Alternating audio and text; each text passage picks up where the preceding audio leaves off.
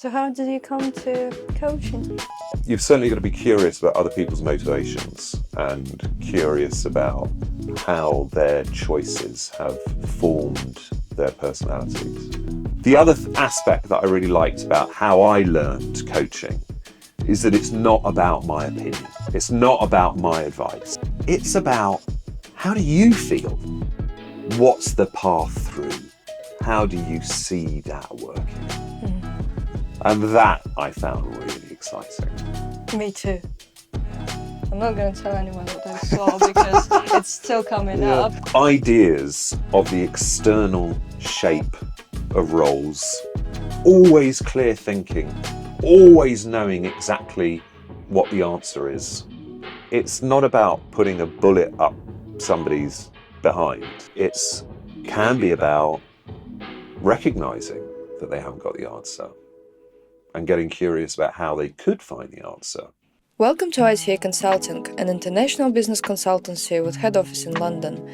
We provide relevant services ranging from financial compliance to education advisory to help your businesses and yourself to grow and develop at speed you prefer, supporting you with our extensive expertise and connecting you with our network and making sure that everything is aligned for your success. Please feel free to join our network and connect with us via our website. This time we sit down with John Ireland, an executive leadership coach and former actor and TV producer. Please welcome John Ireland. Starting season 2 with you as a guest.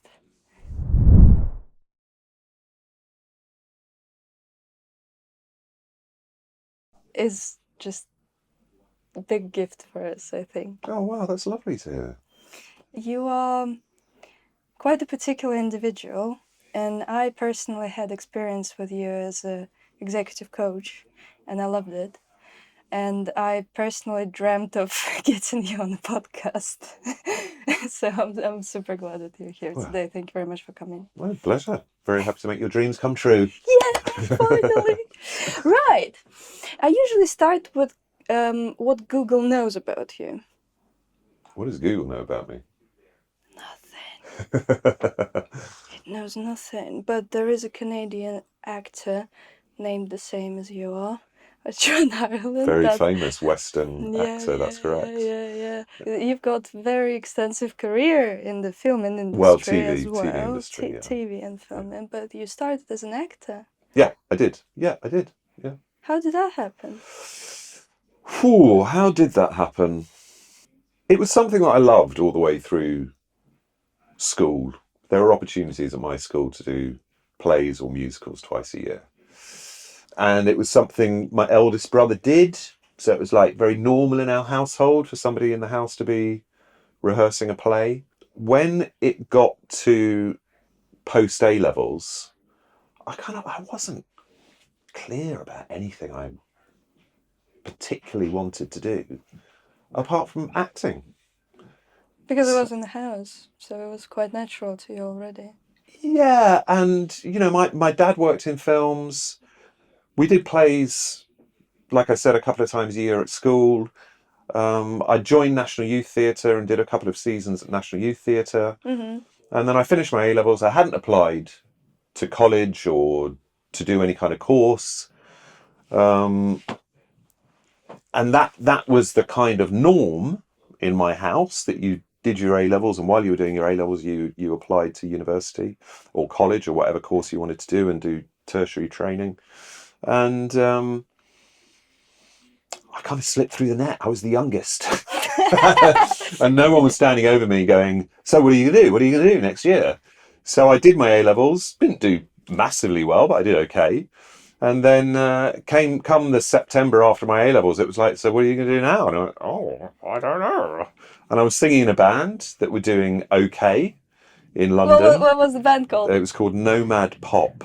Okay. Yeah, Nomad Pop. And we had a single and a B-side. And so I was singing in this band. And then it was like, yeah, I want to train to be an actor. What was your first role? Professionally or in theatre? Oh, do you know what? My first professional role was playing Wilfred Owen in a school's production. So it was all kind of 15, 16-year-olds in the audience that were just kind of like narrowing away, thinking that they were watching TV. And it was excerpts. It was some short scenes, but it was mainly his poems that I did with a pal of mine that I was at drama school with. Okay. So the two of us ended up in this production with a guy called Lawrence Till directing. It was at Contact Theatre Manchester, and it was with Tony Cairns. He was the other actor doing it with me, and we did it for about 2.5 weeks, 3 weeks. All right. And I remember while I was doing that, I had an audition for something that it was a series that they were going to shoot in Leeds or somewhere else in Yorkshire, and it would have been a really good part. And I turned up with this kind of like thin Wilfred Owen moustache and looking quite retro, looking quite 20s, 30s. And the casting director was a bit like, oh, not quite what I expected. Anyway, needless to say, I didn't get the part. Right. I see. So, but it was very sort of expendable experience from the first sight, because you had to change your personality quite a bit to act in the theatre. You've certainly got to be curious. Yeah. That's, I suppose, I can see where you're going with this. You've certainly got to be curious about other people's motivations and curious about how their choices have formed their personalities. Right. So that's when you started witnessing how the human beings perform in those areas, right? Yeah. Yeah, I mean, That's when the learning started for the coaching. Well, little did I know. Yes. But the training that I had was Stanislavski based. Woo! Out of which came method acting, but also not as. So other teachers came in and developed method beyond Stanislavski's work, but psychological realism was very much part of my training, and psychological realism invites the performer, the actor, to step into somebody else's shoes and to look at how their life has been formed and how that echoes out in their choices, like I said, and how it forms their personality. Did it ever occur that you were losing your own personality behind the character? Was it hard to get back to your own self? I think, particularly being the age that I was when I was acting in my early 20s, your character, your personality isn't fully formed. You're still fluxing slightly at that age. And so I would, looking back, I can see that I kind of dialed up certain aspects of my character during the experience of being in another character, and at other times dialed up other aspects of my character. Did I have trouble getting out? No, I think when I was conscious about what I was doing, I would get back to a kind of base John, whatever that was at the time, and like I said, was in flux. But without being conscious about it, I would start looking at the world through another's eyes. Yeah. Very interesting experience. Yeah. Was TV experience different from the theatre experience? And in what way it was different? So for me, the TV experience was very active. I think, but part of the reason I kind of drifted away from acting, and looking back on reflection, it was a choice that I was passive within the acting space. And when I say passive, you feel as an actor, as a maybe you even feel it's an established actor, but you feel as an unestablished actor that you're at the whim of others, insofar as you need to wait until the audition comes up. You need to wait if they feel that you're right. You need to wait to see what they want from a part. And so it feels very passive.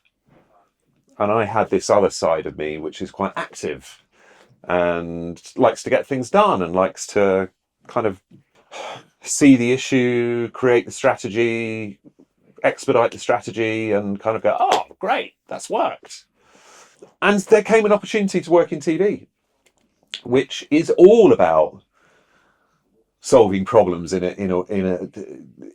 way. I'd say all about. It's not entirely all about solving problems. There's a lot of problem solving. There's a lot of gaps to be filled, to be strategized, to be expedited, and I found it really rewarding. Plus, when I started, there was an opportunity to play a character on a music show that I was working on. There were opportunities to do voiceovers. There were opportunities to kind of, the kind of TV that I was doing, which was quiz shows and game shows, you are casting, which is a creative process. You're thinking, how is this person going to take this format and interact with these other people in order to create a dynamic that is going to be compelling viewing? You're also dealing with designers, with graphics, with sets, which is a creative process. Yeah. So I had this great kind of side-by-side creative element, which was also in developing shows. You've got to think about creatively how are we going to make this format in such a way that we'll always have or more often than not, kind of 90% of the time, have a compelling outcome. So there was a creative aspect sitting alongside a kind of, where's the gap? What's the strategy? Who needs to know what? Which I found really fulfilling. Yeah, that's the whole world that you can build. Yeah. Awesome. Yeah. So which one was your favorite program to produce? Oh, wow. The one that springs to mind is a show called Don't Forget the Lyrics. Okay. Which was a format in the US. So there were certain aspects that were inherited. But it was a new series for the UK on Sky. So I think it was like 2007, 2008. Shane Ritchie hosting. And it was just a really great team. It was really kind of supportive, enabling exec who was above me, and then really capable person looking after contestants, great people looking after the music, fun band, director who was really kind of wanted the best for the show and worked for it. In my perspective, I felt that we should just let the episodes run, because what they had done in America is shoot contestants and then cut them together. Okay. Which felt to me, when I watched their version, I felt, it kind of lacks a bit of flow. There's no referencing, there's no kind of energy of one person going off and the same, and you can see the host is kind of literally there seeing, and the next person comes on, and the back refs and things like that felt like they're missing. So I said, rightly or wrongly, we should just cast it with a variety of people and just let the show run. And we would need to call it when we think we've got 45 minutes of programming. And everyone's a bit like, oh. But really supportive exec producer said, yeah, come on, let's do it. Let's go for it. Why not? That's how we would make it. And then in the studio, the director said, right, we're going to rehearse these numbers. We're going to rehearse all these songs. I went, those are our questions. If we're rehearsing the songs, we don't know who's walking by. We don't know who's going to see what. We need to protect that for the integrity of the show. Anyway, these things, they were all and you could see the director just wanted to make the most of the songs and to direct it in a really creative way. And he went, oh, okay, came up with a plan, kind of went, okay, so we can do fast tempo, mid tempo, slow tempo, and we can do rock and we can do pop. So why don't we just take those as examples and we rehearse setups for those? We know where the performer is, and beyond that, we'll busk it. And he could have dug his heels in, and he kind of was really supportive, and it worked. And the satisfaction of it, just going, wow, this is great. And it was a big Saturday night show, and that was fun. That was really good fun. The dream team makes the dream work. Yeah.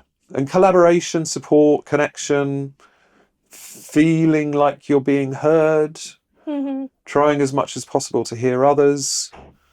Yeah, it was a good experience. Very nice. So how did you come to coaching? Do you know what? I think there's some context to this, which, in all fairness, I should mention. Probably. So my brother committed suicide in 2007.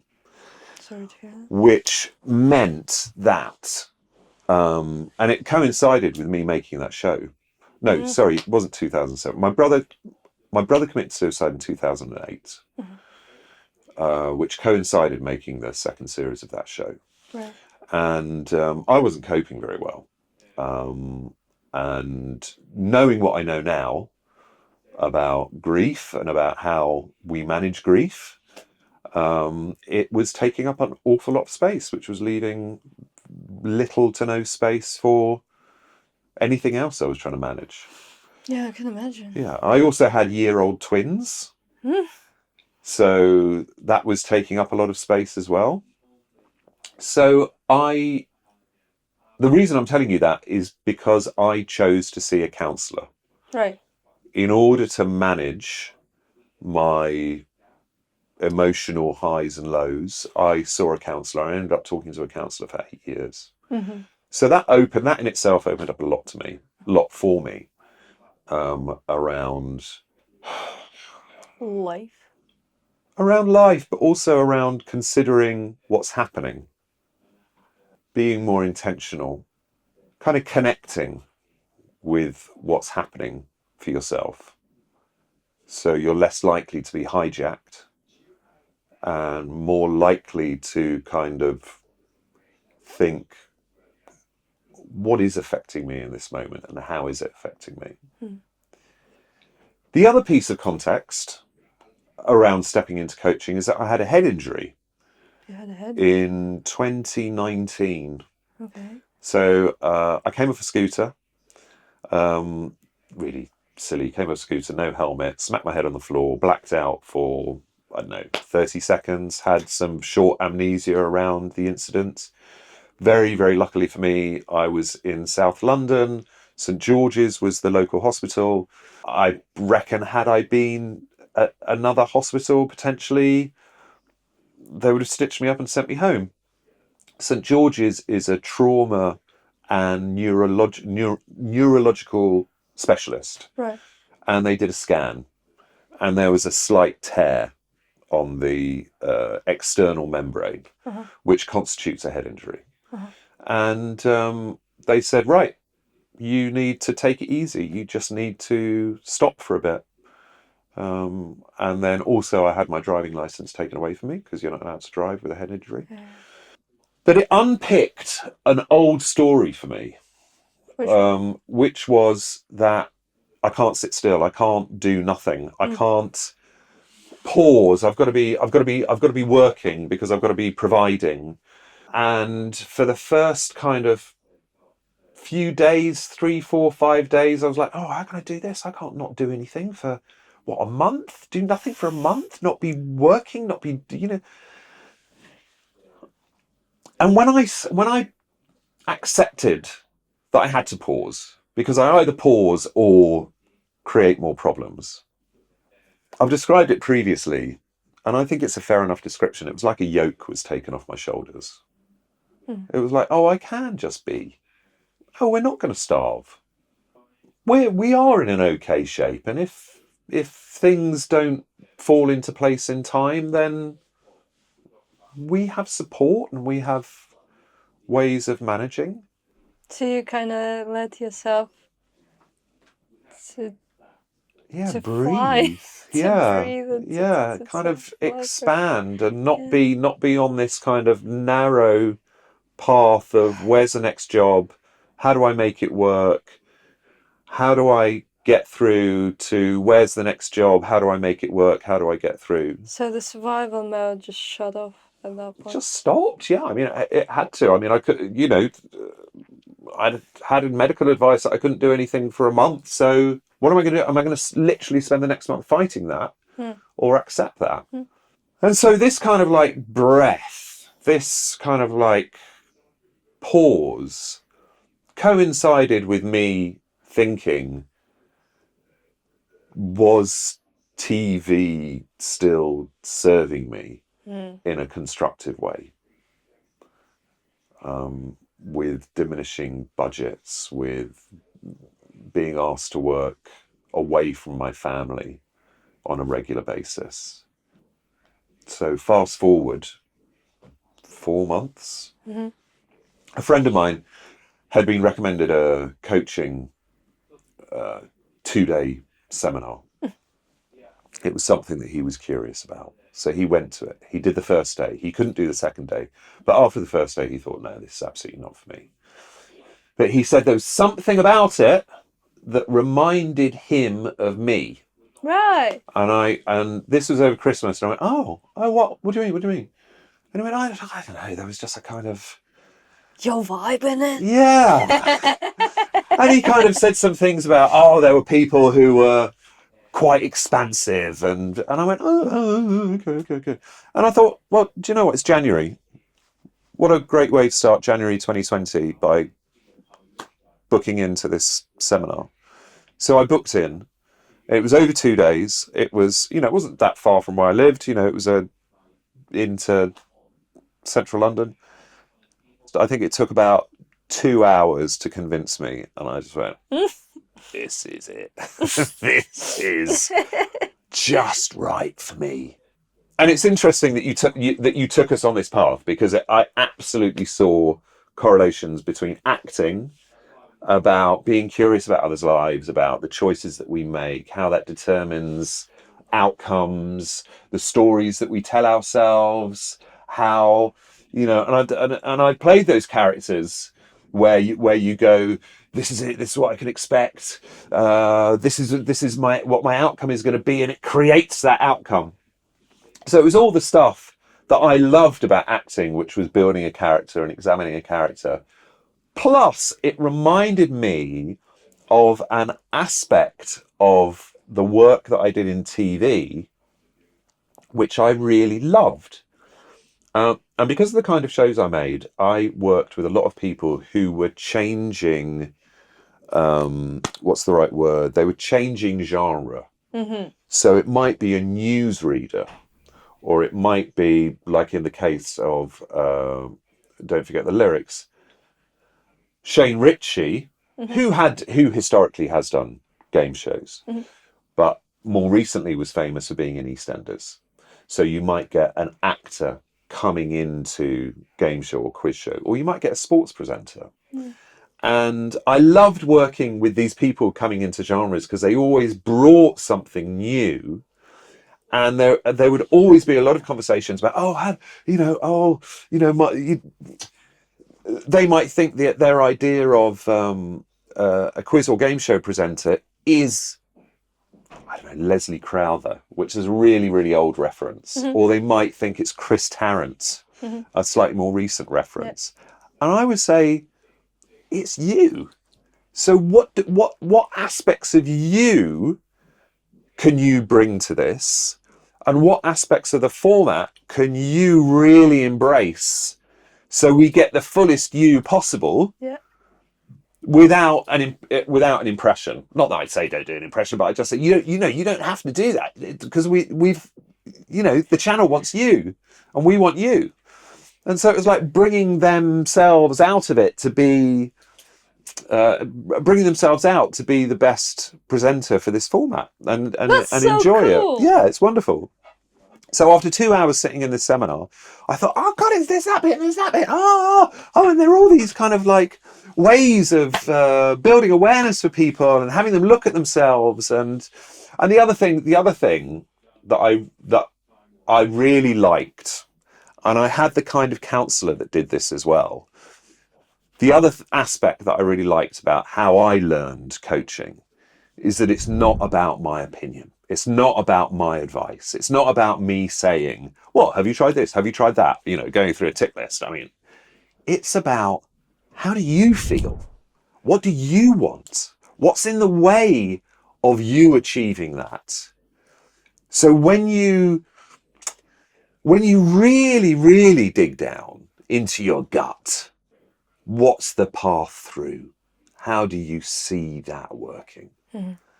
And that I found really exciting. Me too. Yeah. I experienced this on another side by you doing this with me. And I would never imagine how I could get there without you. Wow. Okay. That's wonderful to hear. You unlocked some parts of me that I didn't know existed. Never knew. There was one point when you did the visualization and you asked me to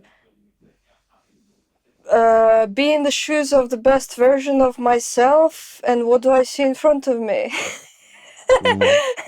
Which I would never imagine that this would be it.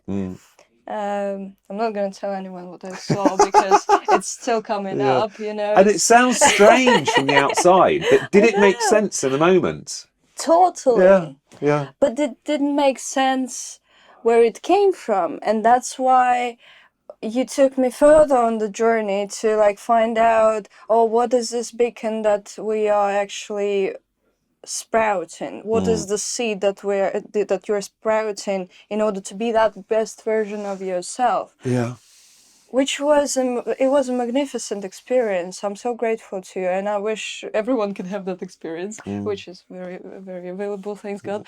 But within the overall course, because my course was, I think it was 9 sessions, which I found quite rewarding on its own, because you section it into, let's get introduced into your version of self that has to exist, and that's your natural self. Let's unpeel all those things that you sort of glued onto you, which are not yours. And then you take people into the middle section where they get to find out who they are. And then they think, how can I apply this? When you did it with me, you just started. I was one of your first ones, remember? 2021. Yeah. Since then, I bet you've done a lot of coaching experiences already for people. For you personally, as you,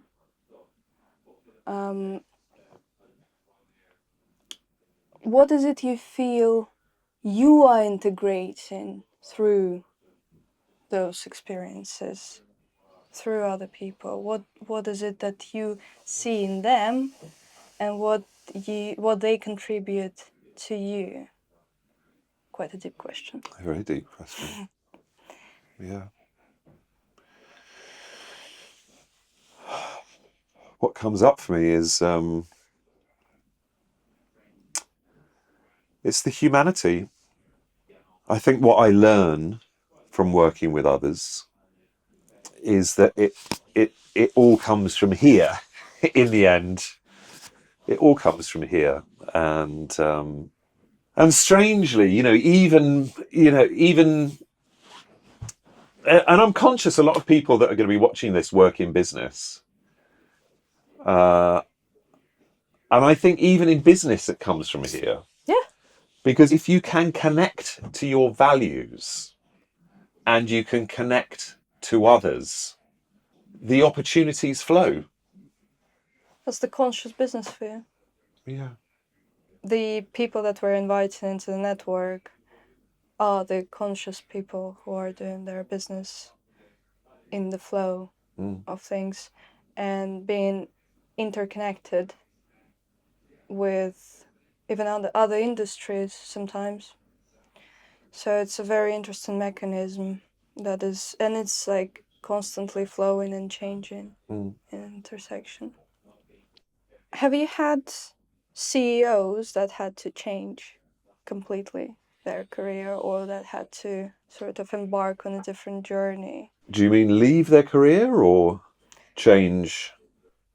I'm interested in the CEO mindset and how it would change. I don't know what exactly was the experience that you have. Yeah. So it's interesting to find out. Yeah. So what springs to mind is that, and I think there are elements of imposter syndrome around this, is that we have ideas of the external shape of roles, and that the external shape of a generic leader is maybe a little dogmatic, maybe always clear thinking, always knowing exactly what the answer is, and putting out and not bringing in. So the change I've noticed in CEOs, in leaders that I've worked with, is a softening. Softening. Yeah, is a kind of a self-acceptance, a humanizing, letting themselves be. So they don't always have to have the answers. And it's not about putting a bullet up somebody's behind. It can be about getting curious about what's going on with them. And it's can be about recognizing that they haven't got the answer and getting curious about how they could find the answer or what that answer could be. And as I say that, I feel that there's possibly the kind of dogmatic leader who's scared of not knowing the answer. Who's operating from fear? Is operating from fear and has not found access to that deeper place where they can acknowledge the fear and again get curious. I keep using that word. Get curious about what that fear wants them to know. Yeah, sometimes it's is it about the bottom line? Is it about, they're fearful of losing their job? Is it about that, their shareholders or their board are going to move them out? Because if you're just working out of fear, it's just a generalized. It's a hell.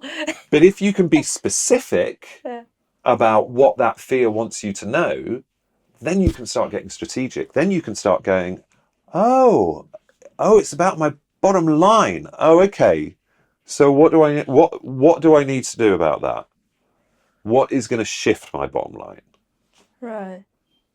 That's when you come in and you genuinely show that it exists first. The bottom line. Well, the bottom line. I mean their financial bottom line. Well, yeah. But I mean the personal one as well, as in in order not to operate from fear, you have to find something deeper in yourself, and that's when you come in to help and hold their hand to be safe on the journey. Yeah. I'm pretty sure they appreciate it very much. Yeah, there's one.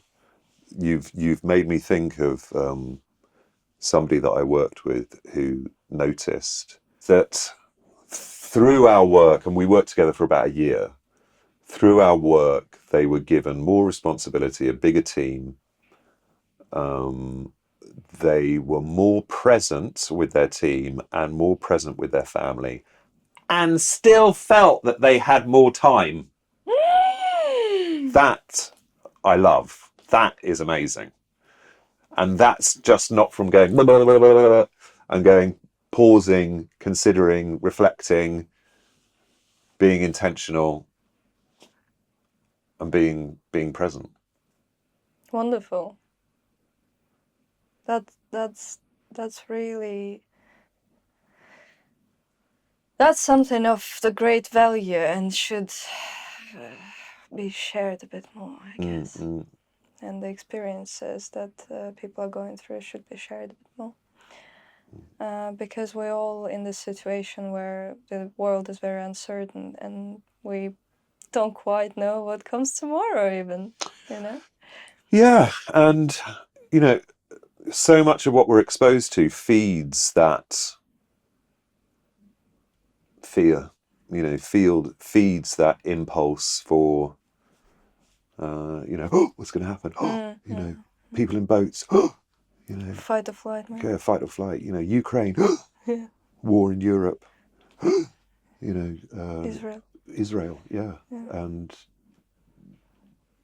are the streets safe, you know? And it's just like constant. So we're always, you know, getting flooded with cortisol, and we're just like, and then that just can start feeding into everything, can start feeding into all our choices, how we interact, how we deal with decisions, how we deal with the people around us.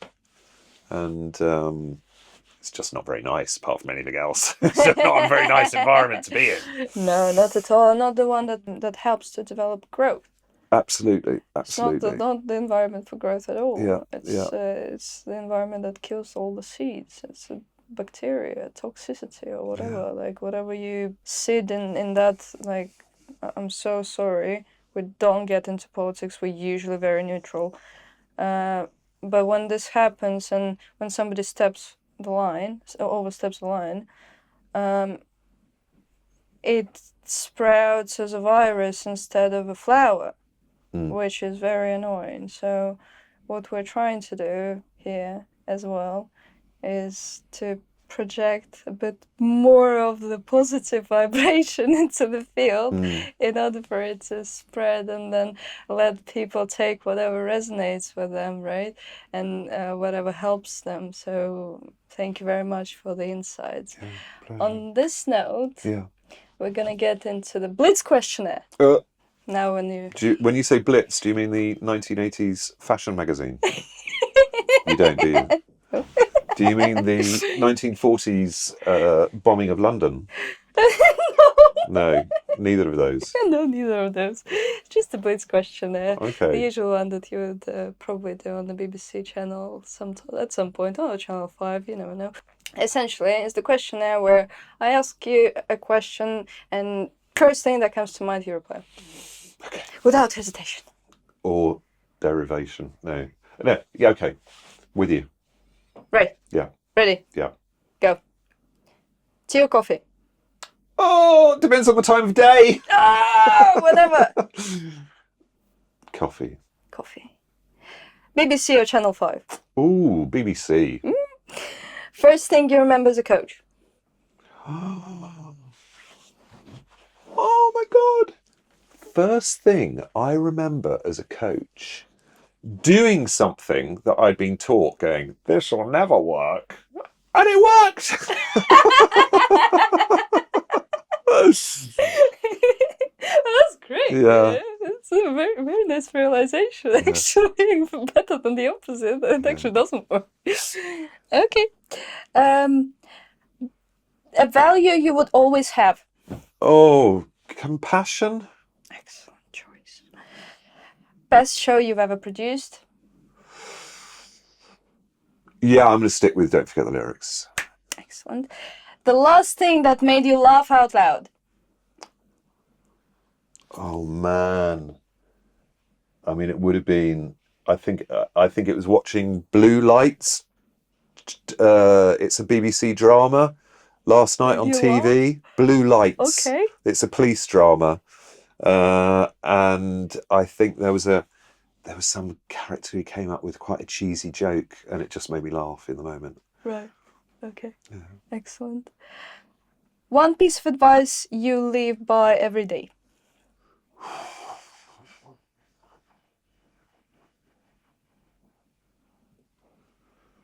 And I genuinely do apply this, which is get curious with the question of what's important about that.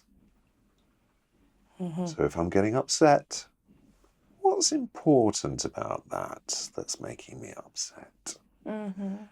Very helpful perspective shift.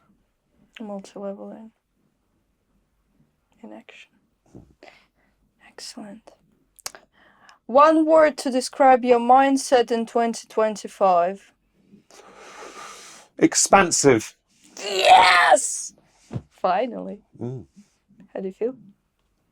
Are we done? No? Oh. It's a follow-up question. What? How do I feel about being expansive? Expansive. No, it's embracing different ways and embracing self-acceptance, and it just becomes a very expansive place to be. That's beautiful. Yeah. Multiplying in fractal structure as well. Message to your younger self. Say you're in your 20s. Oh man, so many. One. Just be kinder to yourself. What a lovely message. Advice for a CEO? I think it might be the same advice that I gave to my younger self. And I would advise CEOs to be kinder to themselves. You've got a lot going on. Thank you very much for being with us today. Pleasure. Thank you very much for inviting me. I hope we'll see you soon in season 2 as well. Yeah. Next time, I'm hoping that we can cover some of the bits and pieces, insightful bits and pieces from the executive coaching, which would be lovely to hear. Yeah, that would be fantastic. Excellent. See you next time. See you next time. Do we shake hands at the end? Of course.